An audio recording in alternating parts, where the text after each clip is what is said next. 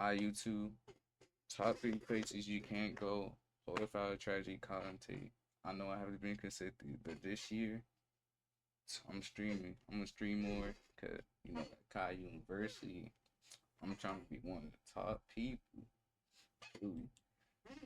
But we got Mr.Ballen. All his videos is all already good. Let's see. We're going to look at 3 places you can't go and people who went there anyways. But before we get into those stories, if you're a fan of the strange, dark, and mysterious delivered in story format, then you've come to the right place because that's all we do and we upload once a week. So if that's of interest to you, please sneak into the like button's doomsday bunker and remove all the labels on their canned goods so they have no idea what they're eating. Also, please subscribe to our channel and turn on all notifications so you don't miss any of our weekly uploads. Okay, let's get into today's stories.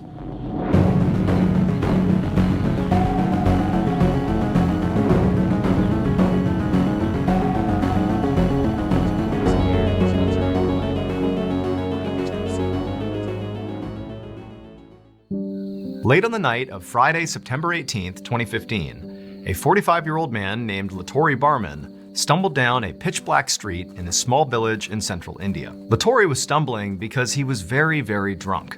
He and his wife had spent most of the night together out at this local fair, having loads to drink and partying, and then at some point his wife had actually broken off and gone to her parents' house in another village, but Lattori had decided to stay out and keep the fun rolling. And so once she was gone, Lattori had gone to a liquor store and had more to drink there. And then now he had finally decided he had had enough, he was extremely intoxicated, and he just wanted to get back home. And so as Lattori stumbled down this road, he could really only see maybe a foot in front of him. Not only because he was so drunk, but also because the streets in his village did not have lights, and so it was totally dark. However, this wasn't unusual for Lattori. I mean, this is where he lived. He'd walked the street many, many times and knew how to navigate without any lighting. And so he just continued walking along, business as usual. But what did strike him as odd is that, late at night here, as he's making his way home, he thought it was weird that there was a lot of people out on the road. He couldn't really see them because, again, there's no lighting, but he could definitely hear them. Like there was people sort of all over the place, and he also sort of in his intoxicated state saw some lights that Guys, make sure whenever you're drunk and you out in public, have somebody there with you, because you never know what can happen. Somebody could kidnap you, kill you, rob you. That's why you always need have at least 1 or 2 people with you when you're drunk. Maybe were vehicles sort of moving around. So there was like more activity on this road than usual. But at the same time, like this is a main road and sometimes there's lots of people and cars on it, even late at night. So this didn't really strike him as odd enough to stop and investigate.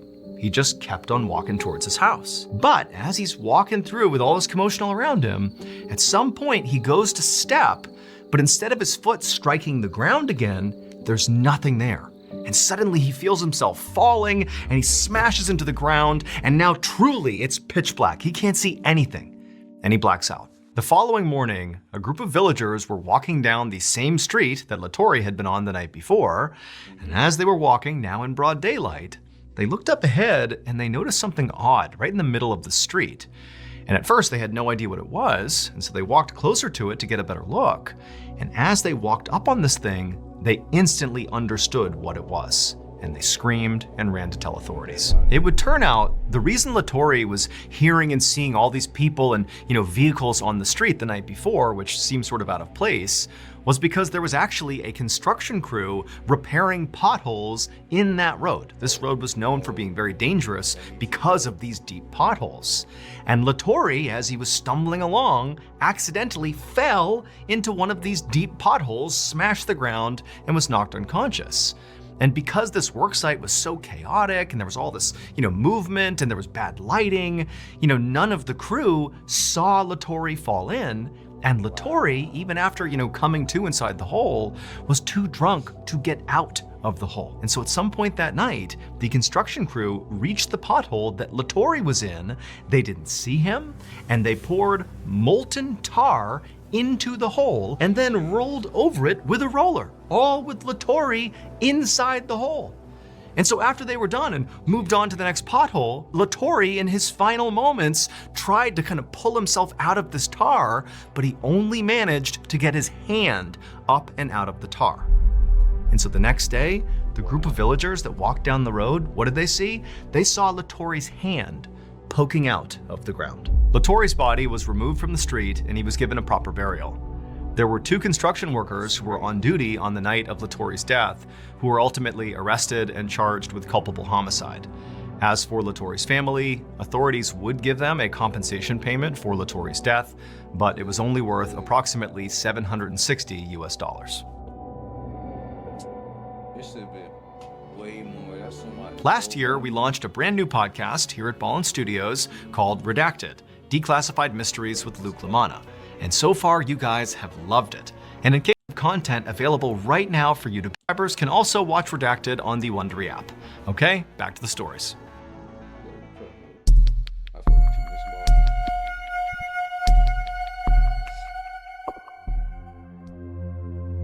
Around 2:30 p.m. on November 28, 2015, a man pulled into his driveway in the extremely rural city of Huron, California.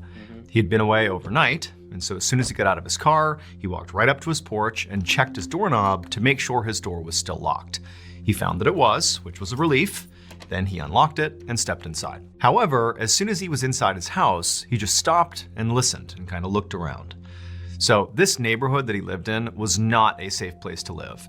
In fact, over the past year, this guy's house had been broken into multiple times. However, he had not reported any of these break-ins to the police because he himself was wanted for felony drug possession. And so instead of getting the police involved, the man had sort of begun doing his own home security. Basically, every time he came home, he would sort of take a minute, listen, make sure nobody was in the house, and then actually sweep the house to make sure, nobody was there and that nothing had been stolen. And so as the man stood there in his doorway listening, he couldn't hear anything and nothing looked disturbed inside of his house. So he flipped on the lights, he walked into his living room and put his keys and his wallet down. And then he began doing this kind of systematic sweep through his house, checking to make sure there was nothing wrong. Checked the windows, none were broken, goes to the back door, it's still locked. He's in his kitchen, he's in, his dining room, there's nothing out of place. He did notice, however, that his mail that was sitting on one of his tables looked like maybe it had been rummaged through, but at the same time, he couldn't remember if maybe he had been kind of sloppy when he had gone over his mail before he had left the night before. So he didn't know if the mail was a sign of a break-in, but it didn't seem like it. And so after completing his sweep and feeling confident that the house was, in good order, he sat down and he relaxed. And he felt like, it had been a while since the last break-in and maybe he was being a bit too paranoid. But for now, he decided, his security protocol was good enough and he wouldn't make any changes quite yet. And he just picked up the remote, turned on the TV, and settled in for the night. However, after only a couple of minutes, the man realized his house was pretty cold and he was starting to shiver. So he stood up and he walked over and he turned on his heat. Then he sat back down on his couch. Then, about a minute later, this awful, high-pitched scream ripped through the house. It would turn out the homeowner's paranoia around break-ins was totally justified because the night before while he was gone, someone had tried to break into his home. 19-year-old Cody Caldwell had snuck onto the roof and attempted to enter this man's house through the chimney. But he got stuck about halfway down. And when the man came home and did his safety patrol and checked his house and couldn't hear or see anything, what he didn't realize was Cody was still absolutely stuck in the chimney and alive. He just wasn't making any sound. And then when the homeowner got cold and turned on the heat, what he literally did was he started an actual fire in his fireplace. Wow. And after setting this fire, Cody, who's wedged in the chimney right above this fire, began breathing in the smoke, and in his panic, he began to wiggle around and sink further and further down into this chimney, which is angled, and so he would have gotten more and more stuck until he was basically in the fire and then caught on fire. That scream was him burning alive inside of the chimney. And the man who owned the house had no idea what was going on. He just heard these screams. And then finally, when he got the fire put out and he called the police and the first responders showed up, it was already too late because Cody had died from severe burns and smoke inhalation.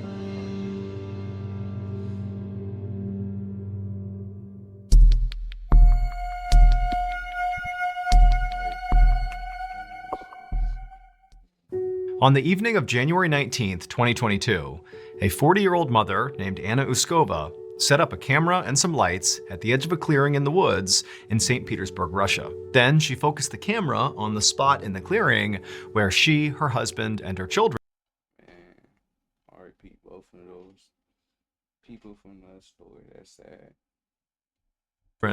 were about to perform a very important religious ceremony. So to set the scene here, it was late at night, so it's dark, it was snowing, I mean, it's totally freezing. This is the dead of winter out in the middle of Russia. I mean, this is a cold, cold environment, but this is when this ceremony was done. In the dead of winter, all over Russia. This was not just something Anna's family was doing, this is like a Russian thing. On this day, all over the country, people would perform this sort of purification ritual that was designed to revitalize their bodies and souls and help them ward off evil spirits for the new year. Now, typically, Anna and her family would perform this big ceremony in a group setting with their church. But this year, Anna decided she wanted to hold this ceremony privately, with just her family kind of out in the woods by themselves. It would be more intimate, and the kids would feel, a bit more involved than they normally did. And so far, Oh, guys, I'll be right back.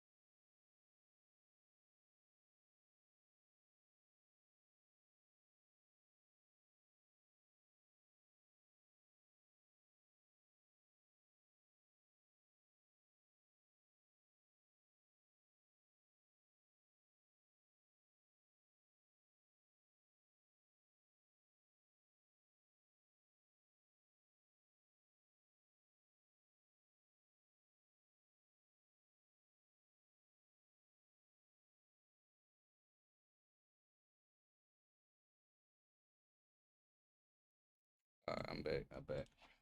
it was going great. They had found the perfect location. It was stunningly beautiful. I mean, it really felt like the best place to perform the ceremony. But it was kind of odd that when they got there, there was no other families there. I mean, they had this place to themselves, which was just crazy, but they thought, great, this is even better for us. This is gonna be the perfect ceremony. So while Anna's husband finished prepping everything they would need, Anna hit record on the camera, and then Anna walked out from behind the camera, and you see her come into frame, and she walks over to her kids. And now her kids are gonna be performing this ritual the same way Anna and her husband would be, and it's clear they're pretty nervous. Now, they've done this before, but still, this ritual is not very comfortable. It doesn't feel very good, at least in the moment. And so Anna knew this, and so she knelt down with her kids, and she kind of reassured them that they were brave, they were courageous, they could do this, and she was gonna go first. And they could see that, once mom did it, they would know that they could do it too. And so at some point, after kind of giving her kids a pep talk, Anna stood up, she walked over to the area that was designated for this ceremony, and then as the camera's rolling, she stood there, she drew a cross on her chest, then she stepped forward and kind of jumped feet first, and then disappeared. 1 second passed with no sign of Anna, and that was okay. But then 2 seconds passed and there was still no sign of Anna. And then 3 seconds passed and still no Anna. And at that point, her husband and her kids began to scream. So what Anna and her family didn't understand, or at a minimum just did not fully appreciate, was that when they did this ceremony with their church every year, the church took a lot of effort to make sure the location they chose for the ceremony, that it was totally safe. And on top of that, they often had medical personnel on standby, just in case. But Anna and her family had not done either of those things. The location. Why? Why would you? You didn't tell your church, and why would you have a medical on standby as you jumping in freezing cold water? Location they chose was no doubt stunningly beautiful, but the reason it was deserted is it was a terrible spot for this ceremony. And then also, they didn't have any medical personnel on standby. These There was no people around here, and they had herself. That was a bad sign already. That was a hell of a sign already. ceremony that Anna and her family were taking part in is known as the Russian Orthodox Epiphany, and it's a type of baptism. Basically, people all over Russia at this time of the year will carve a cross-shaped hole in the ice over a body of water, and then one by one, they'll jump into the water and then emerge again, baptized, purified. And so Anna and her family had done that. They had carved the cross in this frozen body of water. But the reason this spot was a terrible spot to do this ceremony and why it was totally deserted is because they had chosen a raging river. That yes, it's frozen, but underneath, that river is still flowing, and it's a very deep river. And so the second Anna stepped into the water feet first, she got swept away. But they didn't have a way for her to re-emerge. It's all frozen ice. And so the second she went under into the pitch black water, she was gone. And within a couple of seconds, her family is expecting her to come back up again, but of course she didn't. And so they began screaming, and Anna's husband actually leapt into the water, but he actually stopped himself really quickly because he felt that current pulling him. And so he got out, and very quickly, a search was launched for Anna, but there was no hope. Couldn't find her, and in fact, to this day, they still have not recovered her body.